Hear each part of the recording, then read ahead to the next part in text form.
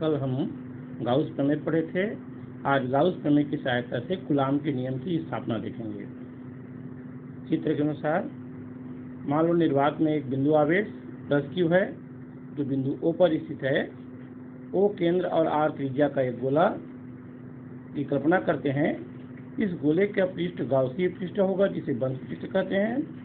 सममिति के कारण इस गोले के पृष्ठ पर स्थित प्रत्येक बिंदु पर विद्युत क्षेत्र का परिमाण समान और इसकी दिशा त्रिज्यीय बाहर की ओर होगी। इस प्रकार गोलीय गाउसीय पृष्ठ पर एक क्षेत्रफल ds लेते हैं, अल्प क्षेत्र, इसकी दिशा भी त्रिज्यीय दिशा के बाहर की होगी। इस प्रकार पृष्ठ के प्रत्येक बिंदु पर विद्युत क्षेत्र E और अल्प क्षेत्र ds के बीच का कोण 0 होगा, अर्थात थीटा = 0 अंश। अतः इस गाउसी पृष्ठ से गुजरने वाला संपूर्ण विद्युत flux I = integration of S E dot ds। सूत्र के अनुसार integration of S E ds cos theta होता है। थीटा के स्थान पर 0 अंश रखेंगे तो integration of E ds = E बाहर आ जाएगा, इंटीग्रेशन ऑफ ds, और इंटीग्रेशन ऑफ ds को संपूर्ण पृष्ठ का क्षेत्रफल अर्थात गोलीय गाउसी पृष्ठ का क्षेत्रफल जो कि गोला है और गोले का पृष्ठीय क्षेत्रफल 4πr² होता है। इसलिए E का मान आएगा E into integration of 4ds का मान रख देंगे 4πr², तो E का मान मिलेगा E इंटू 4πr²। चूँकि हम गाउस प्रमेय पढ़ चुके हैं और E का मान Q/ε0 होता है, दोनों की तुलना करेंगे तो E इंटू 4πr² Q/ε0। इस प्रकार E अर्थात विद्युत क्षेत्र की तीव्रता E = 1/4πε0 Q/r² होगा। यही बिंदु P पर विद्युत क्षेत्र की तीव्रता के लिए व्यंजक है। यदि इस बिंदु पर एक अन्य परीक्षण आवेश Q0 रखेंगे तो यहाँ पर लगने वाला बल का मान F = Q0 × E, अर्थात F बराबर 1/4πε0 Q × Q0/r²। यही कूलाम का नियम है। इस प्रकार गाउस प्रमेय की सहायता से कूलाम के नियम की व्याख्या कर सकते हैं। अब हम आगे गाउस प्रमेय के अनुप्रयोग देखेंगे। गाउस प्रमेय के अनुप्रयोग में सबसे पहले देखेंगे अनंत लंबाई के सीधे आवेशित तार के कारण विद्युत क्षेत्र की तीव्रता। इसके लिए मान लेते हैं एक a लंबाई का अनंत लंबाई का एक तार है। इससे r दूरी पर एक बिंदु P है जिस पर विद्युत क्षेत्र की तीव्रता ज्ञात करनी है। अब a लंबाई के तार को अक्षमान कर और r को त्रिज्या लेकर एक बेलन की कल्पना करते हैं जो L को घेरते हुए एक बंद पृष्ठ का कार्य करेगा। यह बंद पृष्ठ गाउसीय पृष्ठ कहलाता है। इस प्रकार इस बेलनाकार गाउसीय पृष्ठ को 3 भागों में विभाजित कर सकते हैं। पहला समतल वृत्तीय पृष्ठ S1 जो ऊपर वृत्त के आकार में दिख रहा है, नीचे भी समतल वृत्तीय पृष्ठ S3 और ये बीच में बेलन का वक्र पृष्ठ S2। इस प्रकार इसे 3 पृष्ठ में विभाजित किया जा सकता है। सममिति के कारण वक्र पृष्ठ के प्रत्येक बिंदु पर जो विद्युत क्षेत्र का परिमाण होगा समान होगा और त्रिज्यीय बाहर की ओर होगा, अर्थात E की दिशा और क्षेत्र ds की दिशा दोनों एक ही होंगे और दोनों के बीच का जो कोण होगा वह 0 अंश होगा। E और ds के बीच 0 अंश का कोण होगा।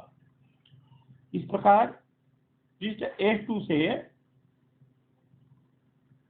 वक्र पृष्ठ S2 से गुजरने वाला विद्युत flux ϕS E × ds = ϕS E ds cos 0। यहाँ भी थीटा का मान 0 अंश रखा गया। इस प्रकार इंटीग्रेशन ऑफ E ds क्योंकि cos 0 का मान 1 होता है।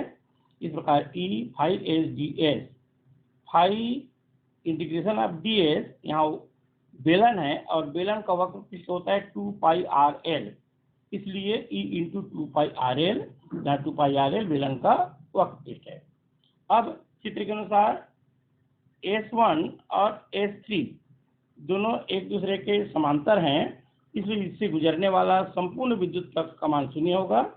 अतः संपूर्ण गाउसीय पृष्ठ जो तीनों पृष्ठ हैं S1, S2 और S3, इन तीनों से गुजरने वाला कुल विद्युत फ्लक्स निकालेंगे तो यह तीनों पृष्ठों से गुजरने वाले S1 plus S2 plus S3 से गुजरने वाले विद्युत फ्लक्स के योग के बराबर होगा।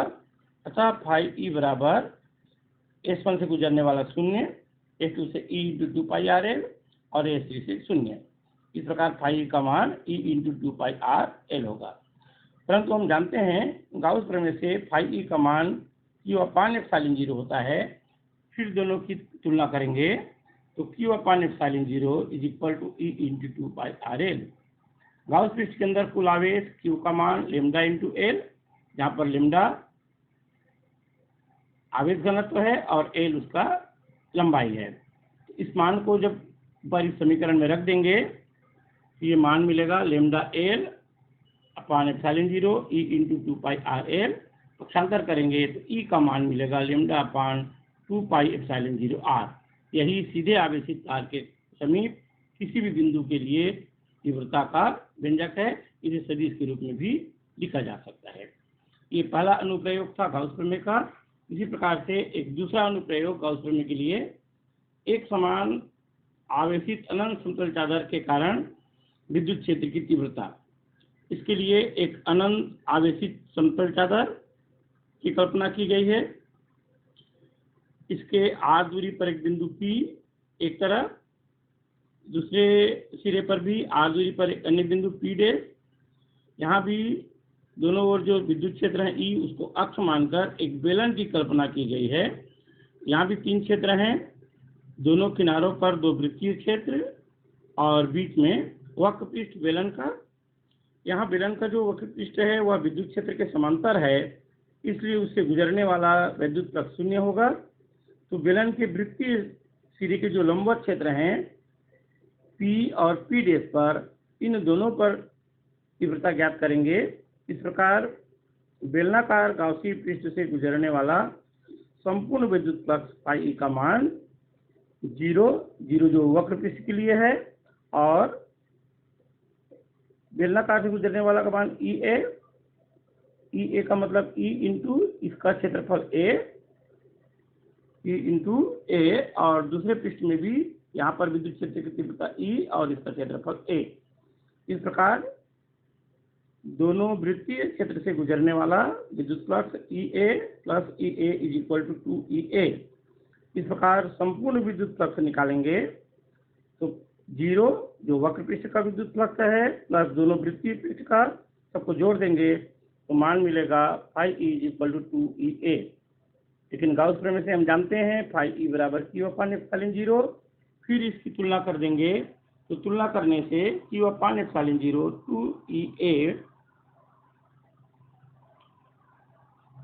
किंतु सिग्मा यहाँ पर पृष्ठीय एकांक आवेश घनत्व है, इसका मान Q/A होता है। तो Q is equal to sigma A। इस मान को Q के स्थान पर रख देंगे तो मान मिलेगा सिग्मा A/ε0 2EA। और इस प्रकार विद्युत क्षेत्र की तीव्रता E इज इक्वल टू σ/2ε0। यही एक अनंत आवेशित समतल चादर के कारण विद्युत क्षेत्र की तीव्रता का व्यंजक है। इसे सदिश के रूप में भी लिखा जा सकता है। इस प्रकार हम अध्याय 1 विद्युत आवेश और क्षेत्र से संबंधित सभी महत्वपूर्ण जानकारी को पढ़ चुके हैं। सभी लोग इसको अपने फेयर कॉपी में नोट कर लेंगे, और अगले वीडियो में अब हम जो बनाएंगे वह अध्याय 2 से संबंधित